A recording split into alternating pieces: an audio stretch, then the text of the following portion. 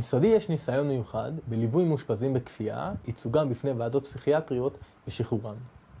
במשרדי פנתה צדיק, אמא של בחור צעיר אשר השיבו אותו מהודו במצב פסיכוטי חריף, והשפזו אותו במחלקה פסיכיאטרית סגורה בבית חולים באר יעקב, בבקשה לסייע לבנה מאושפז בכפייה מעל 35 יום להשתחרר לחופשי.